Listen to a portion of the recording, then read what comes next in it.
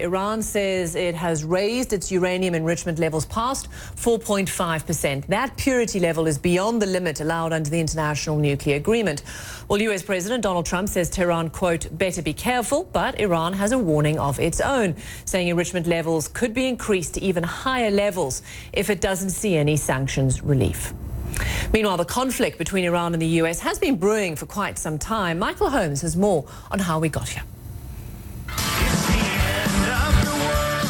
It was one of Donald Trump's long-time campaign promises. In May of last year, he delivers with full force. The US unilaterally withdraws from an Obama-era deal meant to rein in Iran's nuclear ambitions. European allies remain committed. At the time, so does Iran.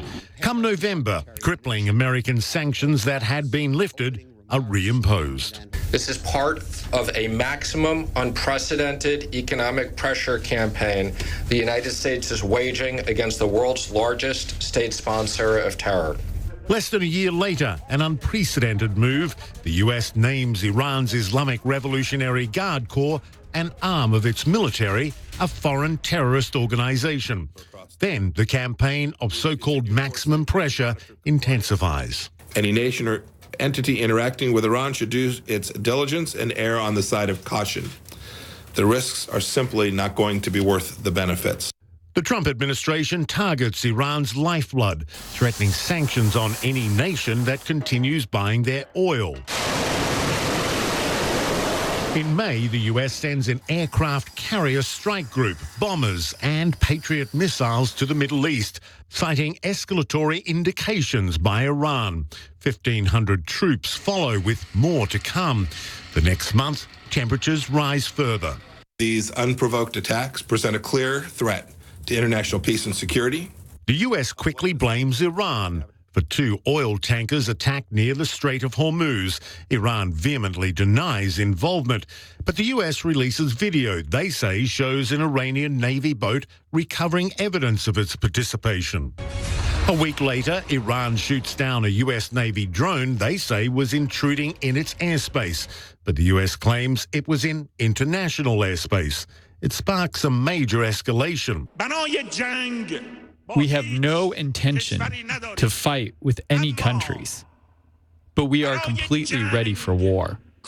The next day, the US nearly retaliates. Trump tweeting a military strike was, quote, cocked and loaded before he called it off. I didn't like the idea of them knowingly shooting down an unmanned drone, and then we kill 150 people. I didn't like that.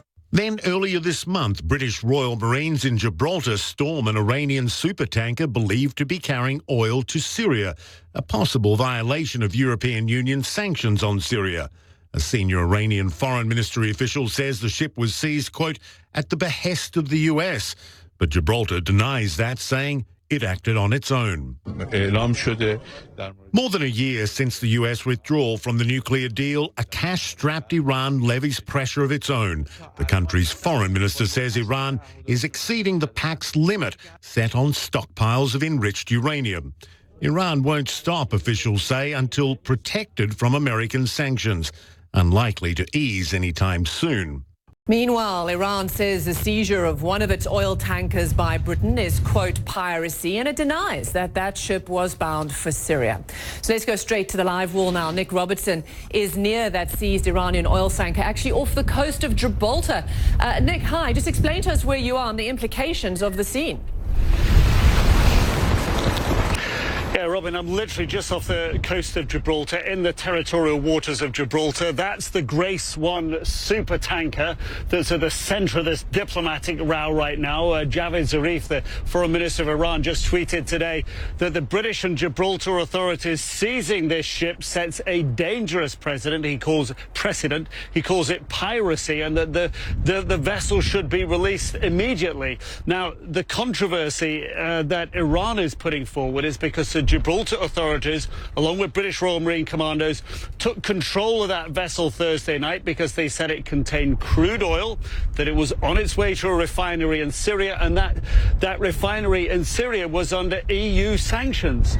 But the Iranian foreign minister today says just a minute, Iran is not part of the EU. Iran is not any part of sanctions on Syria. So why has its vessel been impounded, if you will?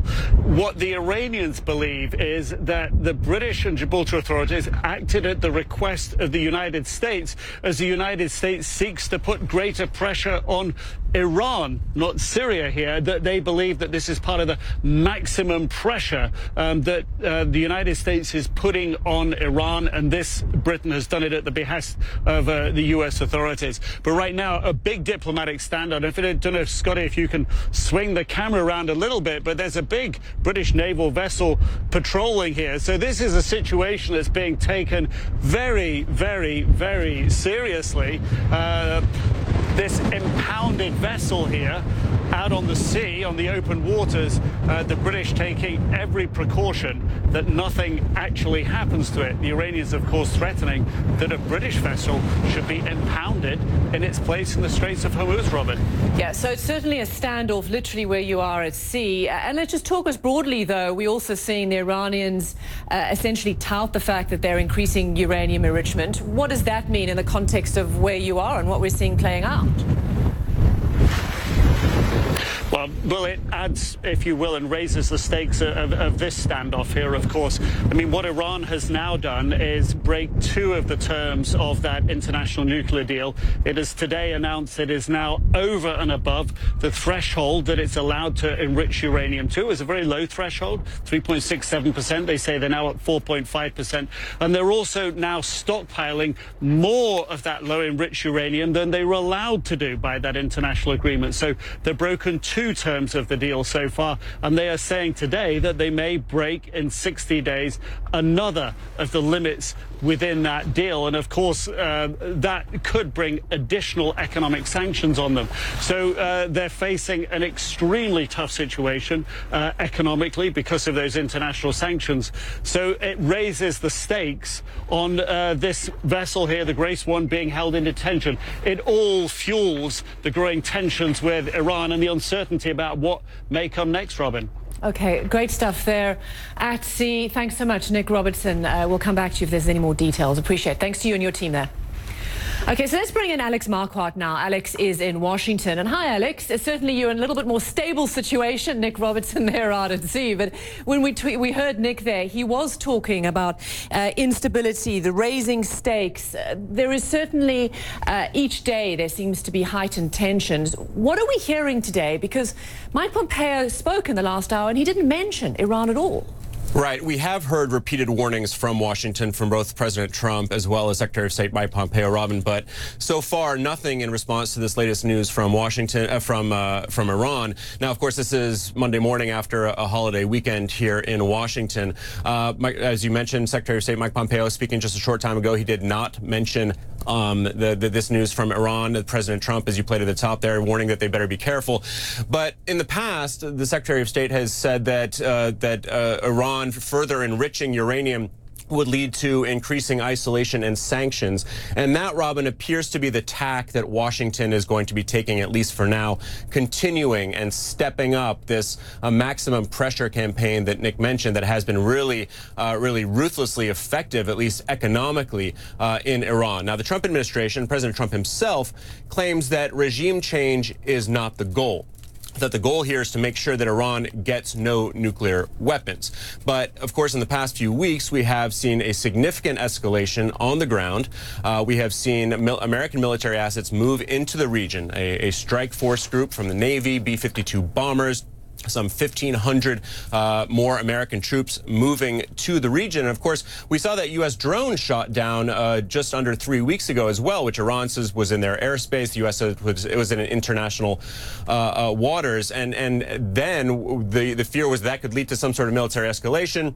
The Trump administration decided to levy sanctions against the supreme leader and other top Iranian leaders. So, Robin, for now, it does look like the U.S. is going to be using economic weapons against Iran. But, of course, with such high tensions, with Iran appearing to be lashing out, and with so many U.S. military assets in the region, there is always the possibility that things could escalate militarily as well.